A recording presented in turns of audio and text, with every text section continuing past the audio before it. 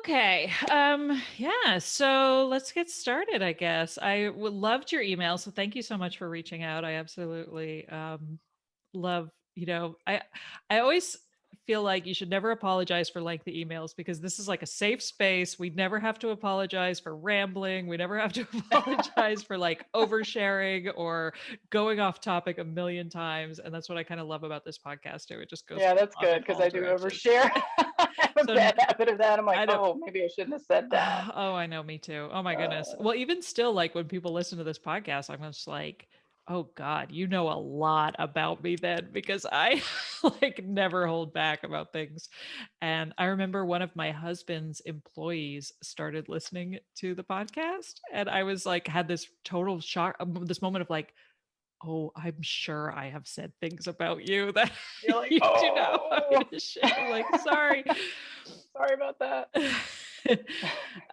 Yeah, but I was so fascinated because I feel like there's a lot of things that you brought up that I haven't discussed yet with guests that I really are really big parts of life with ADHD, especially being elite athletes. I think there's so many, and especially with the Olympics and with what's going on with Simone Biles. I think it's Oh, yeah. a Mhm. conversation. There's so many elite athletes who have ADHD, and it's not surprising. So it is something I want to talk about during this interview. But I guess Yeah, first, I want to absolutely. find out about your diagnosis journey because you are one of the many moms who discovered your own ADHD through helping your child. So tell me about that.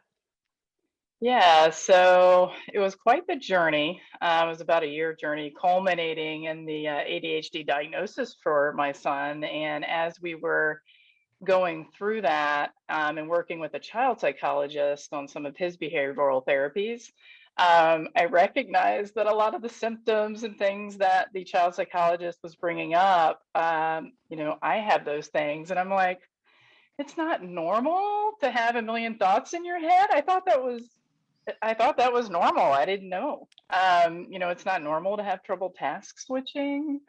Oh, so all these things, hyper focusing, like I just thought I really focused on things. I was really good at stuff I'm interested in. So I think for me, it was just recognizing through that journey with him that I had a lot of the same symptoms and traits. And, I've developed, I guess I would say, strategies over time to help with those, to help me be more successful. But that's really how it came to be. I just figured it out through that and went from there. So your son, was it brought to your attention by a teacher or kind of was it brought out? Because I feel like, what you're talking about is there's so many positive aspects to ADHD in children, but often the diagnosis comes because they have been disruptive. Like often it comes from like a negative, like we need to fix this point of view. And so I'm curious, um, was it a teacher who said he was being disruptive, or how did that come about?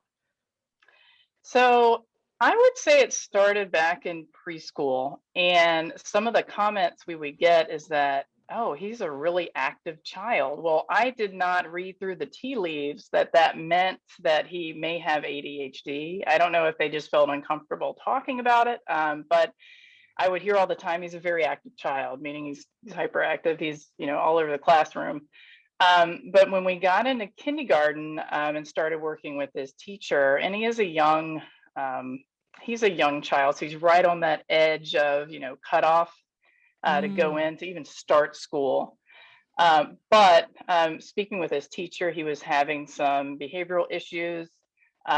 He was struggling a bit with the schoolwork in kindergarten. And so we decided to seek the help of a child psychologist because not only was he having and struggling there, and yes, it could be ADHD, but we were also at the time when he started, I was going through a divorce. So that was kind of extra noise on top of it.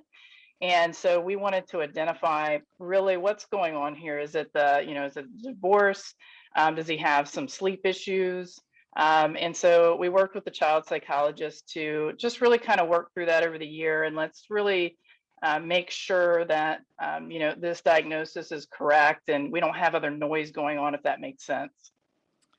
Yeah, I mean, I think that's something that we're all trying to really disseminate, right? Which is what is ADHD? I mean, is it is the ADHD just a type of brain that you're born with? And so therefore there's life changes that exacerbate your symptoms, like Correct. Yep. motherhood or Yeah, divorce or, absolutely. any sort of these sort of like traumatic life events exacerbate the symptoms? Or is ADHD, I think I feel like we have this conversation a lot of like, are we being misdiagnosed? Is this just depression and anxiety? Or, like, or where does this Yeah. all come back to? And so I think it's really interesting when you're kind of trying to untangle with a child when there's a lot changing in life, but when is life not changing for children? So I think like, True. Yep. right, like I think a lot of the time is sort of like maybe when you're born with a certain brain, this is just how you react to certain major life, some life events, as opposed to a neurotypical child who might kind of more go with the flow more. I Yeah. don't know. I don't have answers. I'm Absolutely. just fascinated. And then my at Yeah. the end of the day, I feel like the ADHD is the part of us that is endlessly fascinated by all of this and looking into like, It what is. is it? Is it Yep. this? Is it this? Is it Relentless like, researcher. Yeah. yeah, exactly, right. Um, so okay, so then as you were going through this journey with your son who was 6 at the time, right? He Yeah, was, yeah, 6 at the about the time. time. Okay, and how old is he I'm now? sorry, he was 5 at the time when we first started. Okay, and so Yep. you've He's both been 6 now. diagnosed fairly recently. You said you were diagnosed Fairly earlier. recently. How when were you diagnosed? So I was diagnosed in March. He was diagnosed in January. Oh, So 2021. pretty, Okay. yep, Wow. this All right. year. Yeah. Wow. So gosh, it's such an intense emotional roller coaster going over everything, right? It is. And then when you look back, you're like, oh yeah, that's what that was. Right? And still to this day, like, oh, now I know why I probably reacted that way. Yeah. Okay, so So let's what do you look back on in terms of your earlier childhood? Or I know that before we talk about high school and basketball, like when you look back at your younger life, what are some of the moments where you're like, oh yeah, the signs were there all along? yeah, so really, really early on, funny enough, when I was in preschool, they actually tested me for a hearing disability because they thought I couldn't hear. And really, it was just, I was zoning out or, or working on whatever I was working on. And so they really seriously thought I had a hearing issue and I was fine. I could hear. It was just, either I didn't follow instructions very well or zoning them out. Going into early into kindergarten and even first grade, I can remember struggling in school, not necessarily from a behavioral standpoint, but really just the focusing and learning my letters and even doing math. And I was actually early on in the lowest reading group. So when I was going to school, they had kind of a lower, a mid, and a high reading group, right? And I was in the lowest reading group for the first few years in elementary school. It wasn't clicking for me. And something I see in my son that even occurs with me to this day, and obviously I've gotten better at with it as I've gotten older. But sometimes when people are talking about complex subjects or even just asking a question, it takes a minute for my brain to kind of just resonate with what I was just asked or what people are talking about. And I kind of have to sit back and just let it sit in there for a second before I can express, how I feel about a subject. But so, and we can talk more about that later, but early on I had trouble. And it's really, really funny. So when I look back at my kindergarten report card, something else that caught my eye was that they thought I was uncoordinated. So the fact that later on, I'm a Division I athlete playing basketball and scholarship, but in kindergarten they thought I, couldn't put 2 feet together. It's just kind of comical to me. Yeah. Um, but that happened. And I can remember even in first grade, I think I got a good lesson in learning that I was a visual learner. I was having the hardest time just trying to learn subtraction. And I came home, I actually cried about it to my mom. Lucky for me, my mother was changing careers and she was getting ready to graduate with a teaching degree. So she sat me down and she just really broke it down visually. And that she just took some pencils and said, "Hey, here's 5, and when you take away 2, there's 3 left," and it connected, and I'm like, "Oh, that's what that is. I get it." So it's really about, for me, just learning about what methods work best for me in terms of learning. And I think once I made that connection, from there, I started to speed up and learn more quickly. In second grade, I had a wonderful teacher. I went from the end of the last reading group to the first reading group, but she connected with me. She helped me understand, with just visual learning and explaining things. The other thing I'll say is that reading in general, and I've heard this from some other folks who have ADHD, but I'm a slow reader. I When I read paragraphs, especially early on, I had trouble remembering what I read. I could read it over and over and over again. It would just drive me nuts because I'm like, I'm so sick and tired of reading this. I have to read it again because I don't remember. But having to adopt strategies around that so that you can get through your standardized testing and all that. So early on, that's some of the things that resonate with me. I still manage to kind of early on adopt strategies and get good grades. It's just those things were more difficult for me than they were for others. Yeah, I liked what you had said about in your email about writing in the margins, just a Oh reminder yeah, of I what did the do that. Yep. paragraphs were, because I Hmm. totally used to do that in university as just like, just a quick way to go back and be like, okay, where am I? As especially in these, yeah, I took political science. We were always reading these like, novel sized political tomes from the 1600s. And it was just Yep. like, I always had to write in the margins.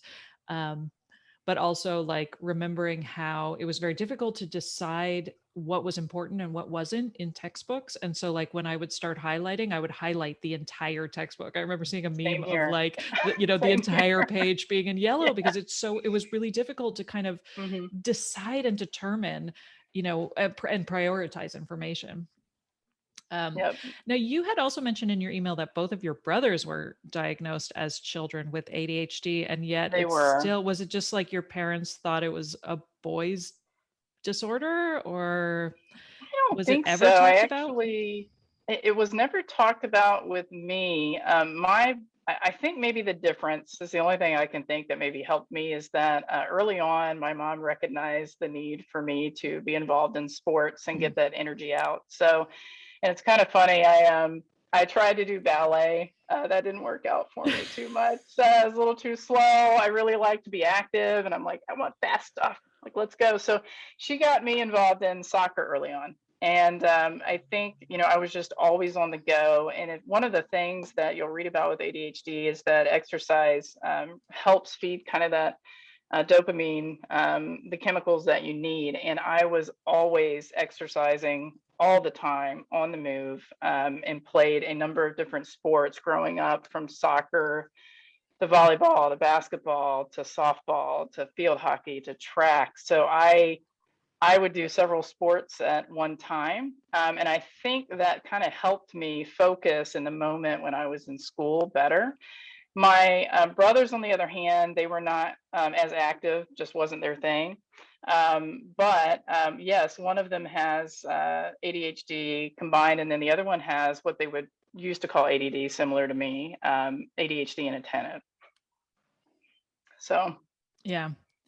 I know it's so interesting. Okay, so let's talk about exercise and especially activity with children, because I feel like there is a very clear connection between activity, getting your jiggles out or whatever you want to call it with absolutely. kids and their ability to focus. And it drives me crazy when I hear about teachers who are punishing children by taking away recess, right? And it just feels like if, perhaps this proliferation in ADHD symptoms is happening because we are expecting children to sit in their desks and we are taking away all of their activity and we're having these Yeah. ridiculous expectations of them in the classroom. That so, but at the same time, then you think about like 100 years ago when children did sit very still and behaved. And, maybe it's because they were up at 4 working the farm. I don't know. But uh, Maybe so. They were active, so they never had these problems. but like for Yeah. me personally, just in my own life, like I always had kind of a hot and cold relationship with exercise until my diagnosis, when I really kind of made that connection where I was like, oh yes, of course, physical activity, especially first thing in the morning, is key to kind of the success of my day, and in terms of just how I focus and how I'm able to accomplish things. And it's become such a non-negotiable for me. It's absolutely something I need to do, just like drinking coffee. um so I think that, yeah, I think a lot of activity and exercise at a younger age can really help curb some of the more hyperactive, or I don't even know what the word, disruptive symptoms in kids. So you've had that experience. When did you get um involved in basketball? So basketball, I actually didn't start playing until the sixth grade. So I was a bit of a late starter. I played soccer since I was 5. I even ran track um, before I started in basketball in sixth grade. And my father was very athletic, so he was super excited because my older brothers did not play sports, but so he gravitated to me because I was very athletic and wanted to play in these sports. But I mentioned to him, I'm like, I want to try basketball. I think it would be fun. So I started it, and that the rest is really history from there in the sixth grade. So a bit of a late start, but um, I was lucky to and fortunate to have some good coaches and got pretty good at it. Hmm. And you feel like now, looking back with this new lens of your diagnosis, do you feel like that was what helped you academically, or what do you feel like is a kind of relationship between being in sports and how you performed academically in high school and college? And you also did your master's too, right? I did, yeah. So I think just being active in general, and when you're doing several different sports, back then I'm not just exercising for 20 minutes. You're exercising for several hours across the day because I'm running from soccer practice to track to, whatever practice I had next at the same time. I feel like that helped me just focus better in school. It also helped me learn some better time management skills. It kind of forced it because you have to try to fill every moment of your day with something. You really can't relax. You go from one sport and then we got to throw in, the homework at the same time. So I feel like that definitely helped me succeed. And then knowing that, when I saw the potential of being able to get a scholarship, knowing that I would need to make sure I stepped up and get good grades to put myself in a position to do that certainly helped as well. Yeah. Oh, those are all great points. So, I feel like I've talked about this with guests before. The idea of Yeah. like, if you want something done, give it to a busy person, really kind of relates to me when I'm in hyperfocus mode, right? Like, it really Yep. does help when you have a lot of plates, and why we do so well in high stress situations, and when we have a lot going on. But then also, I didn't even think about that idea of like the motivation, how important it is for us to find motivation, externalized motivation to get us to do things. And yeah, of course, a scholarship would be a great a great motivating factor for keeping your grades up. And Yeah, absolutely. And then I'll add that, my really just trying to, I was one of those kids that I always wanted to please my parents. And, with my dad loving sports, I also, wanted to do well for them as well. So I'd say that was another motivating factor for me. hmm. But now, you also mentioned that your dad passed away when you were in high school, right? So that must have been He did. quite Yeah, it was tough. He got sick with a very rare kind of a nerve tumor. Probably when I was in late middle school, so maybe around seventh, eighth grade. mm, He didn't pass away until my junior year in high school, but it was really tough, having him go through that and be sick. But at the same time, it also allowed me to have sports allowed me to have an outlet and I also wanted to please him as well because we're going through this, just a tough time in your life. Yeah. I would imagine that that level of excuse me, that level of activity as well would help with emotional regulation too, right? I mean, I feel like there are ways in which a lot of athletes use sports as an outlet for Whatever's emotion. going on. Yeah. Yeah. Or even just Yeah. people who are like going to the gym, or I often, like, for me, like, when I have stimulating conversations like these interviews, often I have to Yep. like run around outside, literally go and like run around outside, You're like, because you woo! need to like have that right, that physical All this energy exertion. worked up. Yeah. Yeah, yeah. No, I agree with that. Having that outlet. And in addition to that, I think having that support system, like I said, I played multiple sports even in high school, but just having that support system of my teammates, while you're going through that as well, was very helpful at the time. Hmm.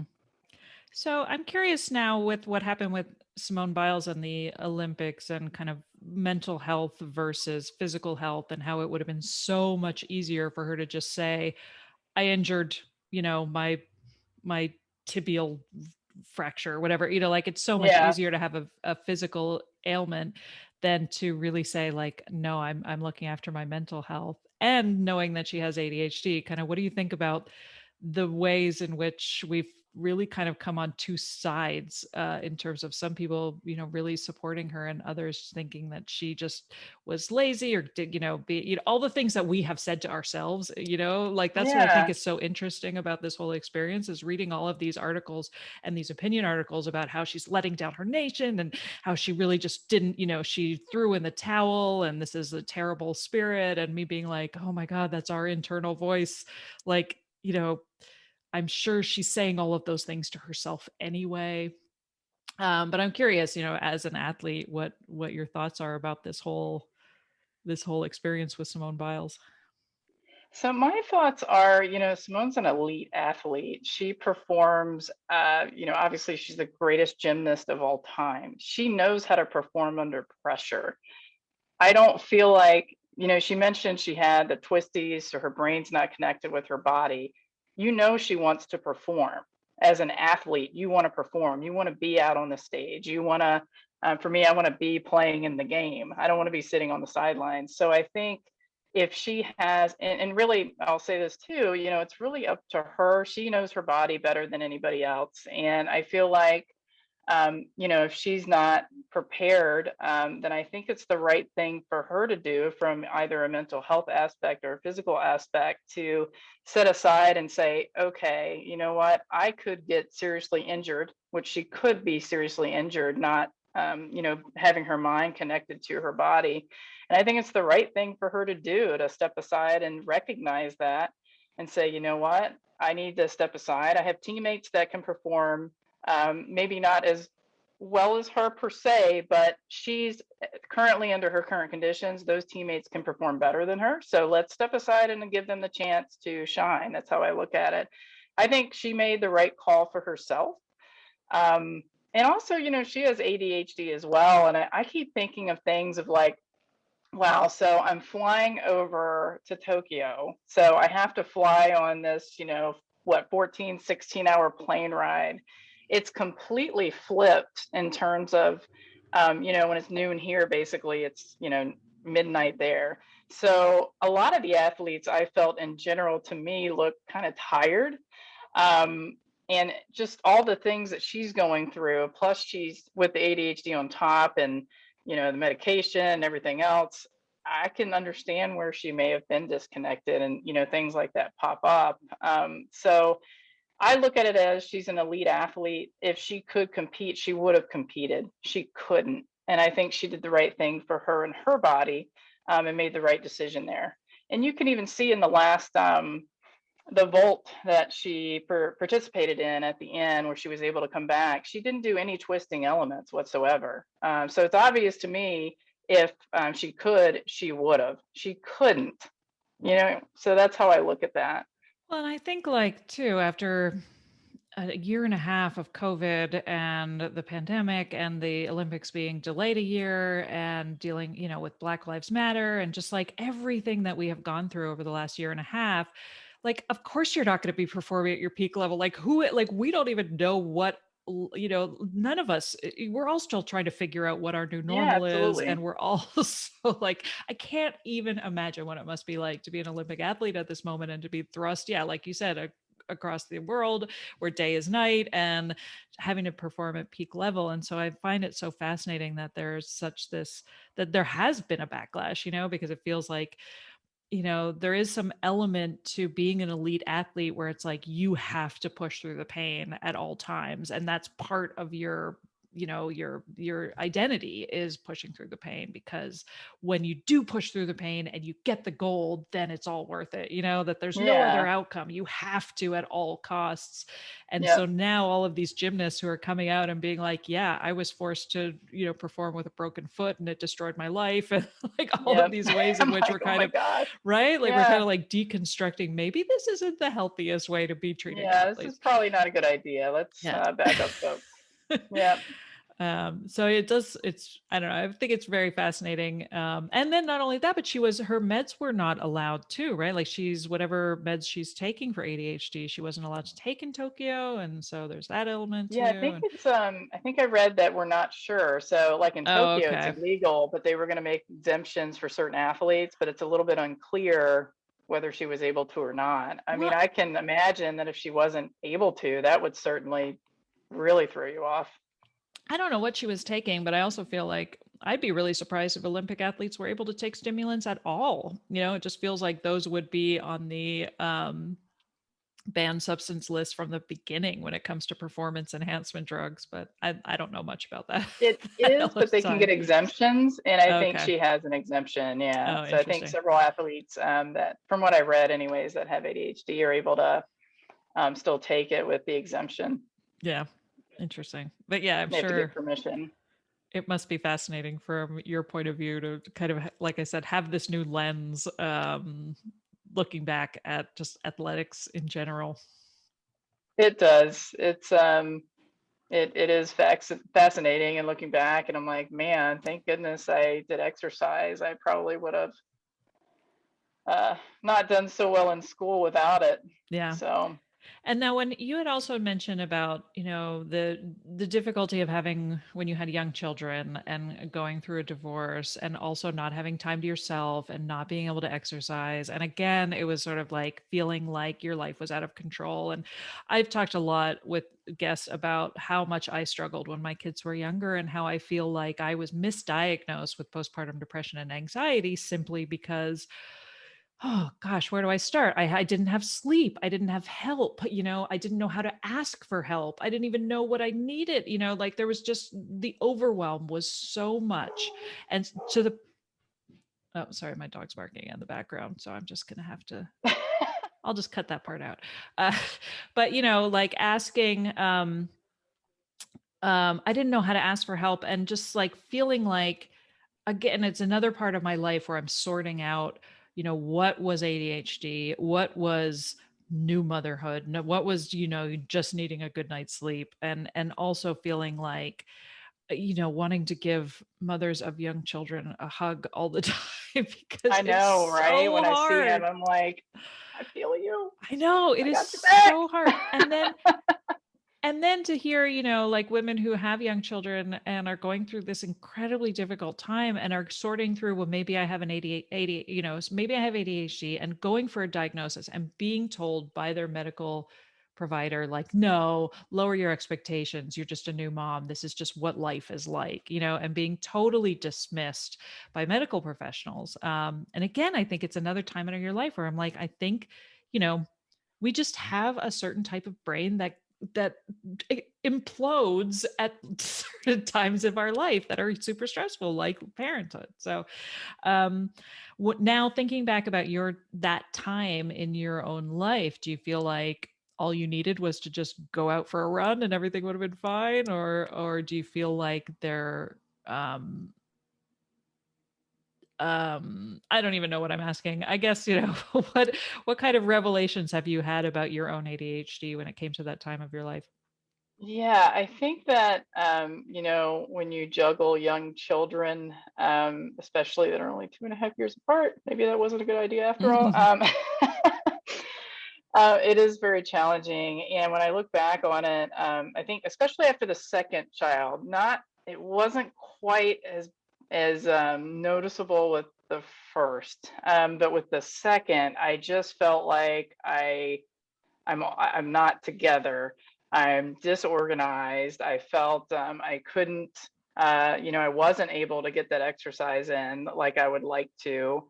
And I just felt like, I just didn't have things together. I don't know if that makes sense, but it Oh just, God, yes. I didn't feel organized. I felt like I had no time. I'm like, I got to clean the house. I got to do this. I'm over here. What are we doing? Um, it was just very difficult. Versus today, fast forward, they're a little older, a little more, independent. They're 4 and 6 now. It's a little easier. It's just wonderful. They're really fun. It's a fun age that I'm going through right now with them. And I feel like I'm kind of like, okay, we're getting it back. I feel more organized. I can plan a little better. I know we're not the best planners, but I can plan a little better. And I guess that's what I'll say about that. It's just when they're young, it is really difficult. You're getting no sleep on top of it, and it's hard to manage. Yeah. It's funny because I had this moment with one of my husband's aunts. I think my first was like a year old. So I completely agree that the second was way worse, and just in terms of organization and executive Yeah, function and what's going on? anxiety too. I feel like I had Hmm. so much more anxiety around my second one, and still do, even though he's 10. But uh I remember, like, after when my first was a year old, and one of my husband's aunts, like, just making small talk and being like, "So how's life with the baby?" And I was like, "It's really hard."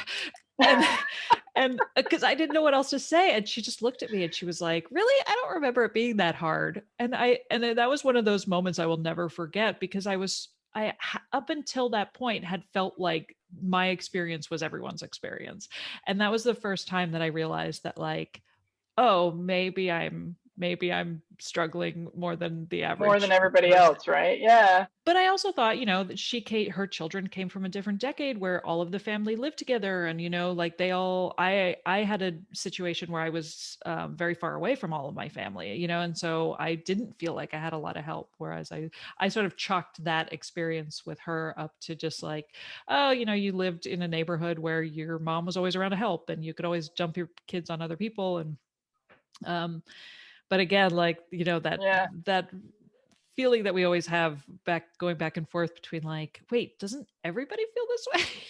And then trying to parse That's out, what I like, thought. I'm like, hey, I guess this is it. This is normal, right? So yeah, maybe I feel like a lot of ADHD folks, we just don't really complain. We just kind of like, oh, we just got to figure this out, and don't realize that we're maybe having a tougher time than other folks while we're going through it. right. Well, I often think that that might have something to do with processing speed too, because I feel a lot of the time, like, when things are going really quickly, like, it's you are just kind of like going along on the speeding train, and you don't really know what's happening. You're just trying to keep up a lot of the time, and like, and I think that has to do, on the one hand, when you're in a situation where there's a lot of urgency and kind of an emergency situation, you do really well because you can keep up and you can start doing things really quickly. But for the most part, I think a lot of that has to do with our slow processing speed. And even though we can make really fast connections and we talk really quickly, and there's a lot of that hyperactivity, I think you really Yeah. hit on something when you were talking about, how you got that, like, I've talked about it with my kids, where I'm like, I have a foyer in my brain, right? So I'm like, the thoughts come and they hang out in the lobby. Yeah. And then it takes a minute for them to actually get into the main part of the building for me to actually like listen. So I'm like, I can hear things, but then it takes a moment before I've actually listened to the thing. And so Yeah. you had mentioned it in reference to jokes, right? Where you're Oh like, yeah, I get so worried when somebody says like, "Oh, I'm going to tell you a joke," and I'm like, "Oh my God." That's how I feel inside. And I just smile and I'm like, "Okay, tell me a joke," but I'm thinking like, "Oh, I'm not going to get it because yeah. I just don't get them. I don't I don't know what's wrong with me." But somebody will tell me a joke and it'll take a few minutes for it to like click most times that, oh, that's what was funny. I've even had somebody tell me a joke and I may be driving in the car later and, to be polite, I laugh at the time, like, oh, yeah, that's a good one. And then later on, it hits me and I'm like, oh, that's what that was. And I kind of chuckle about it. But yes, that happens to me. And I will say, something else that's a little bit that helped me recognize after I learned of my ADHD diagnosis, some of the feedback I've gotten from supervisors in the past is like, hey, we want you to speak up more in meetings. Well, when I'm in meetings, I have to really focus on what that individual is saying. And it takes a minute to kind of come into my brain, like I've said, and understand what they've said. And then come back with, okay, this is how I feel about that. And I don't necessarily, it doesn't click real quick like it may with some of my colleagues. So it's not, I have plenty to say. It's just, it takes a second. So I've tried to also get a little bit more, I guess I would say uncomfortable, or being comfortable with being uncomfortable, even in a work setting with, okay, maybe my brain doesn't need all that time to let it sit. It's okay to just kind of go with what you're thinking, if that makes sense, to try to speed that up a bit so I can provide some feedback when I can. Hmm. So being a little more risky, rather than waiting for me to fully let it set in and think about it, I'll come up with an idea and go, okay, and then try to get that out. Yeah, interesting. I mean, I think that's one thing that has really helped me with this diagnosis is just being aware of like how you operate and then what you Yep. need in order to operate efficiently, and so a lot of the Hmm. time it was shifting from this constant mindset of like, oh my god, something's wrong with me, what's wrong with me, I can't do this, to now I approach every interaction with like, okay, what's the breakdown here, or like, what Yep. do I need to help me have peak performance, or like just examples like with the processing speed, like the other day I had my cat is sick, and so I've been dealing with the vet and like dealing with Hmm. phone calls a lot of the time, and he's throwing information at me so quickly, and I'm in this super stressed out mode where I need, in the past I would have been like, oh my god, there's so much information and I'm not I didn't write it down and I don't remember what it is, but now I'm too embarrassed to call him back, and all this, all of these ways in which I would have turned into a chaotic situation, whereas now Yep. I don't have to say to him, I have ADHD, so I need you to do the X, Y, and Z, but I can say to him like, you're throwing a lot of information at me right now. Is there some way that you could email me this information, or can we go over it again? Because I know I'm not going to remember it. And so there's like just these like tiny ways in life where I can kind of advocate for myself where I never used to be able Absolutely. to, right? And so I feel like, yeah, in a business situation, it must be very helpful to now know, okay, you're sort of like, all right, I have listen mode and then I have talk mode. and and how can I better So shift true. from one of those to the other, right? And It and so it's is. it's I think so much of the kind of quote unquote treatment of my ADHD for me has been understanding what's going on and then finding the ways to advocate in the moment as opposed to like immediately going to a state of overwhelm. I agree, and that actually resonates with me because I've become, I'd say over the past few years, just much more confident. And I used to, for example, in a work meeting, if somebody had something really complex that they were talking about and I didn't understand it, I would go and find a friend and be like, hey, with my notebook, can you tell me what they said? Or help me better understand. And now, just having more confidence and understanding me more, I'm not afraid to say, hey, you know what? You just threw out some kind of crazy math formula a little too fast for me, and I need to write that down. Can you slow down and let's understand that? And I'm not afraid to say, hey, I didn't get that. Can we talk through that a little more so I can just kind of absorb what you're saying? So that resonates with me quite a Mhm. bit, what you just said. Yeah. And do you think that that's from the diagnosis, or you think it's just getting older as a woman? Because I feel like white men have had that privilege their whole life. Like they've never had to be like, I'm not the smartest person in the room. So if I don't understand something, I need you to stop and tell me. Like that confidence is like inbred in them. But I feel like as a woman, we have a lot of that insecurity, especially in the workplace where it's like, oh God, I have something to prove. So if I don't understand something, it's up to me to go Google it later and figure it out on my own, as opposed to saying, hey, you need to do a Hey, I better don't get job of it. explaining it to me.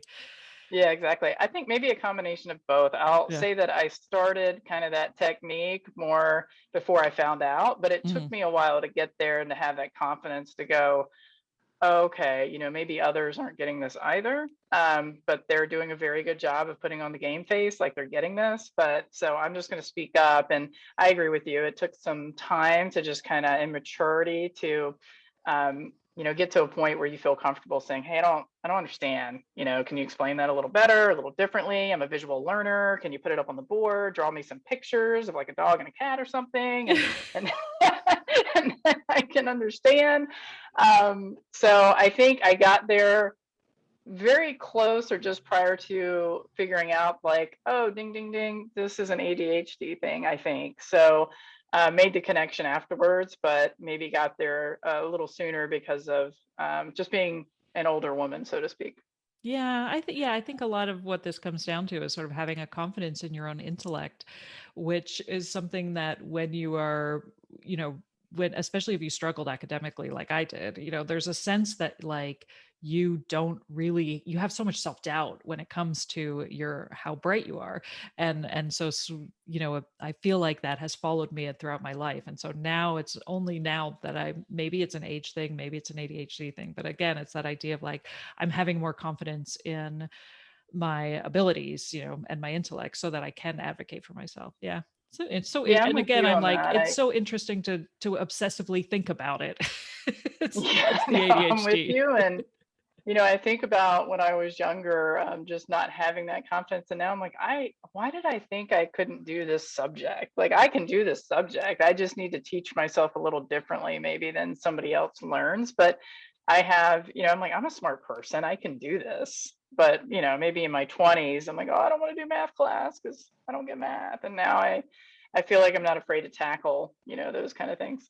I know, right? Yeah. Although Yeah. I did take up parkour with my son recently, and I'm really regretting Okay. that decision because I'm just like, I'm like, oh my God, I couldn't even lift my arms over my head after my first class. And I was like, maybe I need to take the confidence down a notch. I am still aging. Uh, but we have that. And, I feel like that is another thing with ADHD. We have a very, we have such this childlike energy about new things that we tend to be more youthful than our peers. We do. I agree. Yeah, we can definitely research something until the cows come home. It's pretty intense when I get on a subject. I'll even say recently, random thought because I'm full of those and I've always been full of those, but I went with some friends and I have a hybrid bike and they have these road bikes and I love the ride that we had, but I had trouble keeping up with them because I'm on this kind of slower bike and they're on these really fast road bikes. And so I researched road bikes like to death for like, days before I decided like this is the road bike I'm going to get because it has this feature and that feature. And you become an expert road biker overnight. Oh, I What know, happens? absolutely, right? Hyper focus. Um, Yes. yeah, so that's I guess I didn't get to ask you what you love about your ADHD, although I feel like we've been talking about it kind of throughout. But in terms of your business, because you had mentioned that you really love the supply chain industry and you felt like it was a good fit for your ADHD. So why don't you talk to me about what you do and kind of why, we're always looking for like what are ideal careers for people with ADHD, and it feels like you definitely are in one. Yeah, absolutely. And I'm very passionate about logistics. So currently I'm a director of outbound transportation for Dollar Tree, Family Dollar. And but prior to that, just really in the logistics industry, I think in general, there's so many different aspects that you can get into and learn. And if I look back on my career, I've gone from running warehouses to running vessel operations down on a pier with big cranes and really cool equipment to now being on the transportation side of things. So I think there's just so many different aspects of it. I mean, you have railroad, you have import export that you can learn. And if you think about when you go to Walmart, you can pick any product on the shelf or really anything. And how that came to be, to me, that fascinates me to understand that they took all these different raw materials to start with, you know, to get turned into different widgets and eventually get put together to make a product. And then that product makes its way to the shelf to be sold to you. I just find that fascinating. And being in the industry and just learning all the different aspects to me has been very helpful to my brain because I've been able to learn new things and new parts of it as I've gone through my career. Yeah, right. A lot of moving parts. And again, like we said, like being lifetime learners, I think, you know, looking back at my career in journalism. Sorry, hold on. No problem. I It just did want to, I the, think I'm freezing up a bit. I just want to make sure, see if it goes away. it did it for a second. I was like, Katie, Okay, good. Yeah. you're back So, though. but yeah, looking back at my career in journalism, I'm like, oh yeah, of course that makes sense. Like every day is a new day, and every article is a brand new topic, and I have to like become an expert in that topic in a very short period of time. And it was so interesting, you know, always learning in that Yeah. way makes so much sense to me. So yeah, I can see why being in a situation where there's so, you know, managing so many moving parts and also like thinking about like the macro element to these products would be so fascinating. Yeah. Yeah, no, it is very fascinating. It's been a lot of fun so far being in the industry. How long have you been working for Dollar Tree, Family Dollar? I've been working with them for about 2.5 years. Okay. Yeah, because I feel like that's like, for, you know, my informal polling, I feel like we tend to switch jobs every 2 to 3 years. And have you dealt with that element of like trying to keep the newness in your career? I would say a lot of what has driven me, I think, yes, to some degree.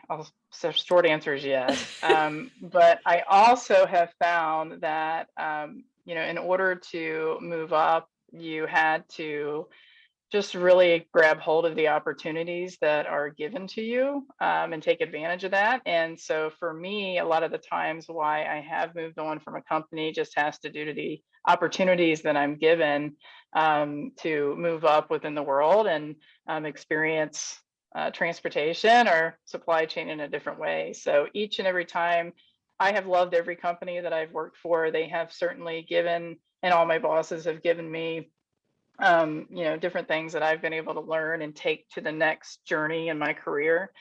But you know, hey, if an opportunity presents itself and it makes sense, you know, you're going to gravitate towards that. So Yeah, absolutely.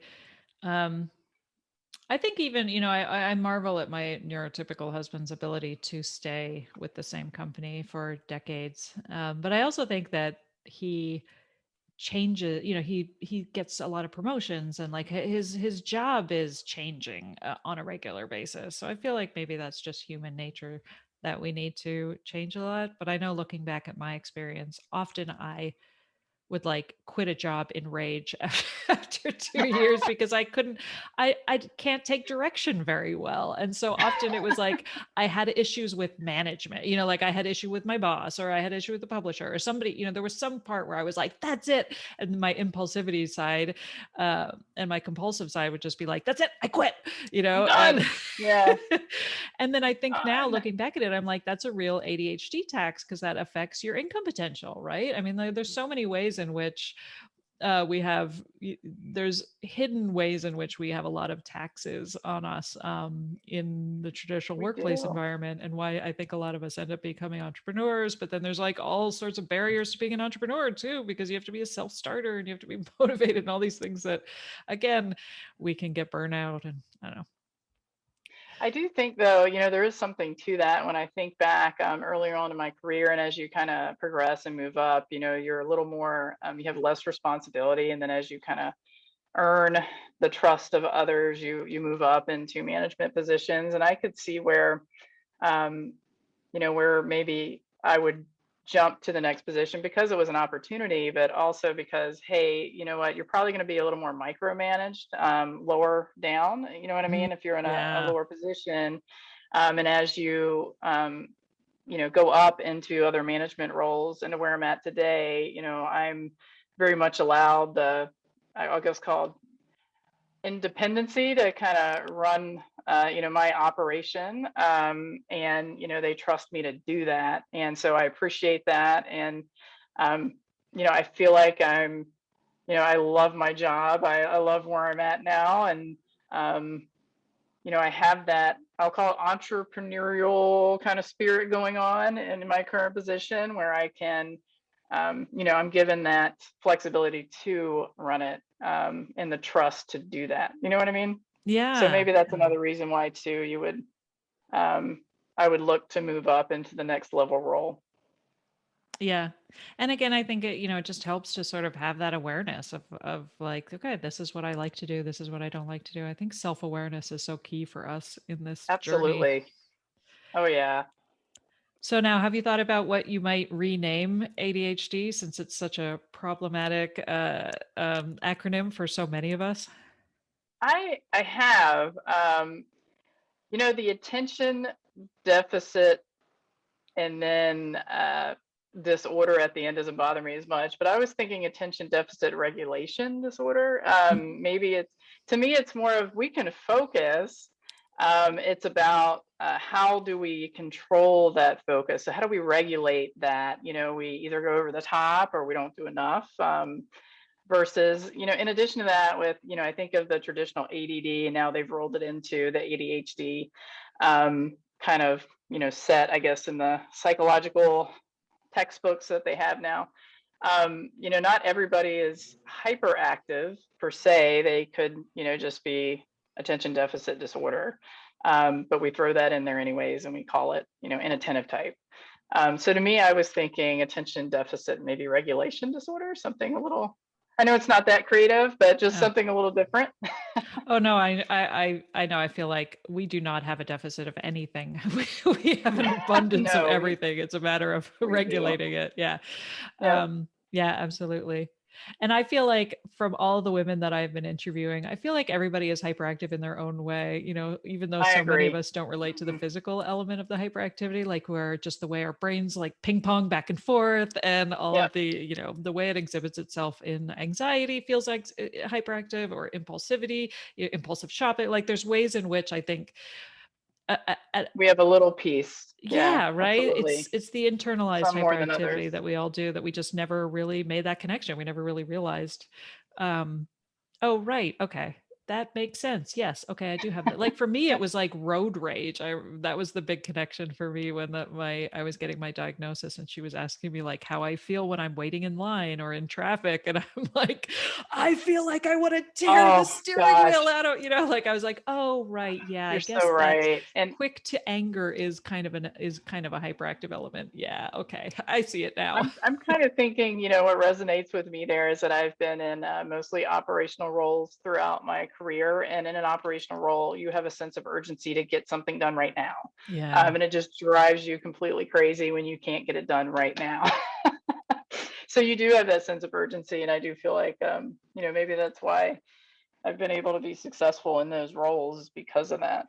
Yeah. You Right. want to get it done now. Standing in line, it's like Yeah, it doesn't you translate have to very do well. it, but no, it doesn't. It's It also leads to some compulsive online shopping, but because I I need everything It does, immediately. now I have to, I asked my boyfriend, like, okay, so I think I'm having a moment of impulsivity. Do you think I really need this? No, I don't. I didn't think so either. But, you try to justify it though, right? You're like, oh, I need a new bike to go riding so I can be faster. Even for me recently. So it does happen. Yeah, it's One of funny. the Oh, go ahead.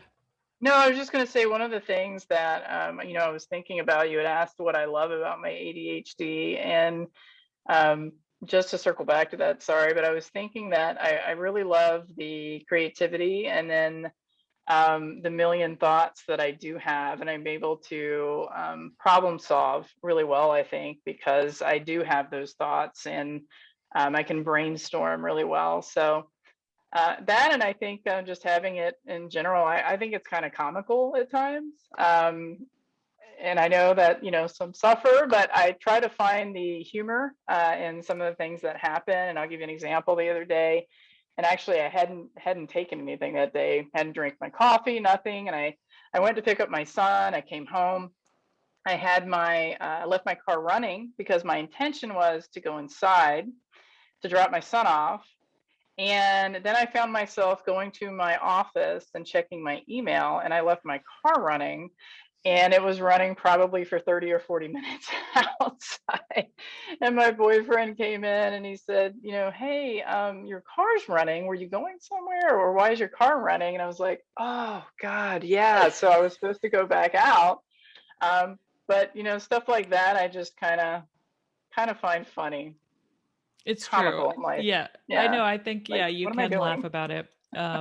You can laugh about it. I think, yeah, when you're at a place where it doesn't feel like it's running your life, or, like again, it's that inner shift in terms of your internal narrative. If you Yeah, stop feeling like you are the lazy, crazy, I agree.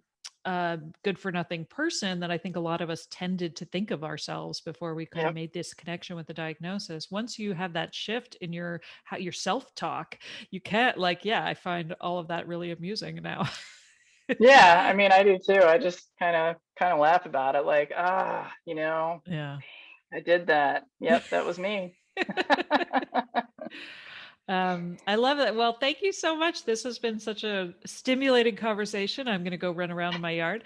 But yeah, I really, Me too. I'm so glad you reached out, Fine. and I'm so glad you found the podcast too. Yeah, I And love it. me too. I'm learning so much about this.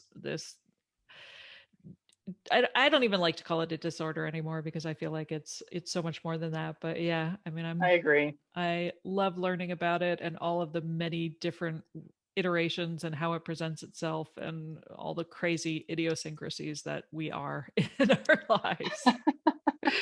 No, I'm with So you. It's been fun. No, I thank you for having me on, and again, I love your podcast.